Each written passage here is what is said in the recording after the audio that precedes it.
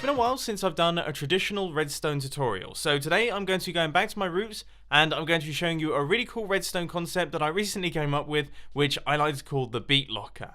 It's a redstone lock which relies on you having good musical timing. Now the interesting thing about this one is that it actually relies on jukeboxes. For those who don't know, jukeboxes give off different signal strengths depending on the record that's inside. So one record will give off a certain signal strength, another record will give off a different signal strength, and I do believe it's actually sorted by the order that they're in the inventory. So this will be a signal strength of 1, this will be a signal strength of 4, you guys get the picture. So what we're going to do is the first part of the redstone mechanism is going to be detecting which record has actually been put inside the system. And the way that we do that is pretty simple. We just take a comparator output through this block right here, and then we're going to have a chest over here, which is going to be working against that comparator signal, so that's going to be taking some of it off. So we need to have that comparator there in subtract mode, and then we're going to have redstone going up and across like this, with redstone dust there, and then 2 repeaters just going like that, with a comparator right here, and then some redstone dust. And believe it or not, that is the full detection system actually completed. So this will only give a comparator output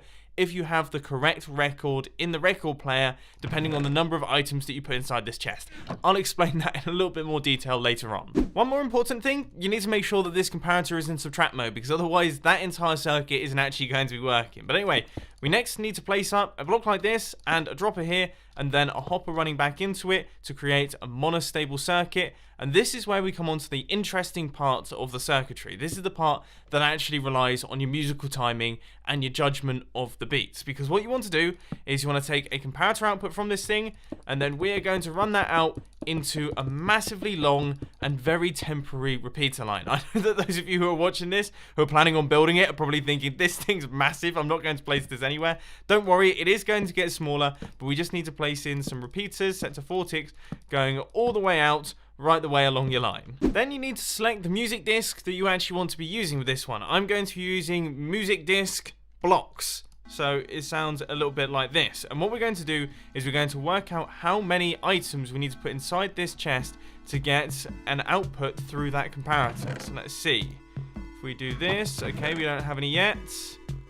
There we go. That's the hotspot. So we found it straight away. We've now just sent a signal through that comparator, and you can see it's actually being shot off over here. Then you need to take the music disc out of the jukebox and then put it back in and listen to the song and listen for a beat that you personally like. So I like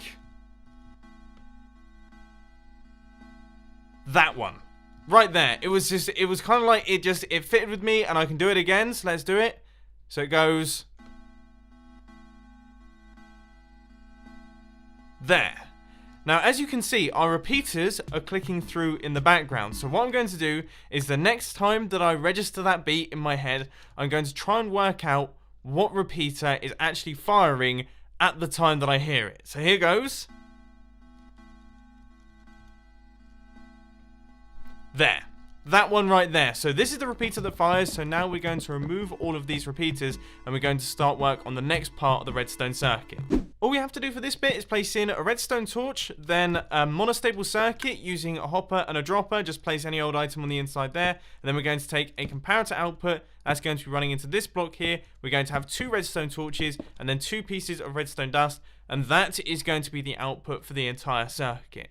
So now all we have to do is wrap this repeater line that we have right here around and run it into this block with the redstone torch. So I think that might just about do it. So we had 9 repeaters in our line the first time around, and now we have, so that is 8, that is 9, and then we can run some redstone into this redstone torch. So now we can destroy all of these. Now what I will say is that sometimes this doesn't work first time. You might have to do some fiddling around with the timings, but let's just give it a tester. The idea is that I place the record inside my jukebox, and then when my beat comes up, I remove the record from the jukebox at that exact moment. So when I hear my beat, I remove the record. Now let's see.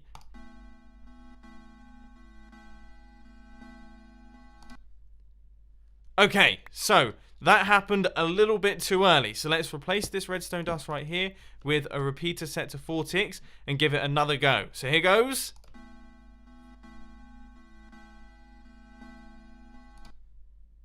There we go, we got ourselves a redstone output. It was very, very quick, so we might have to do some more adjustments to the timings, but you can see how this thing is functioning. So now, just as a further demonstration, I've got it working with another musical record. This is music disc number 1, which is why there's no items inside this chest right here, because we don't want to be cutting off that comparator signal at all. And I've also changed up the redstone timings so that it works with a different beat. Now, the beat that I'm going for in this song is really, really quite obvious, because it's that one, the big eerie note. So, let's see if we can nail this. Here we go. So we place in the music disc.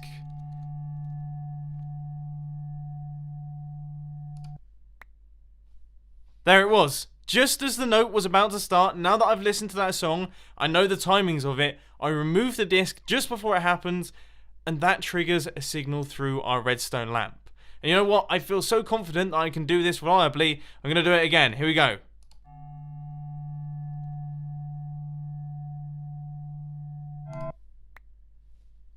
Easy peasy. So we have it. That was pretty cool, wasn't it? This was a lot of fun. I really enjoy this redstone concept, and one thing that I want to say before I begin is that obviously this is a little bit big and gangly, so I want to issue you guys a bit of a challenge. I want you to try and compact my beat locker. I can't wait to see your responses. Send them to me via Twitter or on YouTube or wherever you really want to send them. But anyway, I hope that you enjoyed. If you did, please sure to that like button, and if you really loved it, then make sure to subscribe. But thanks for watching, guys. This has been Mumbo, and I'm out. I'll see you later.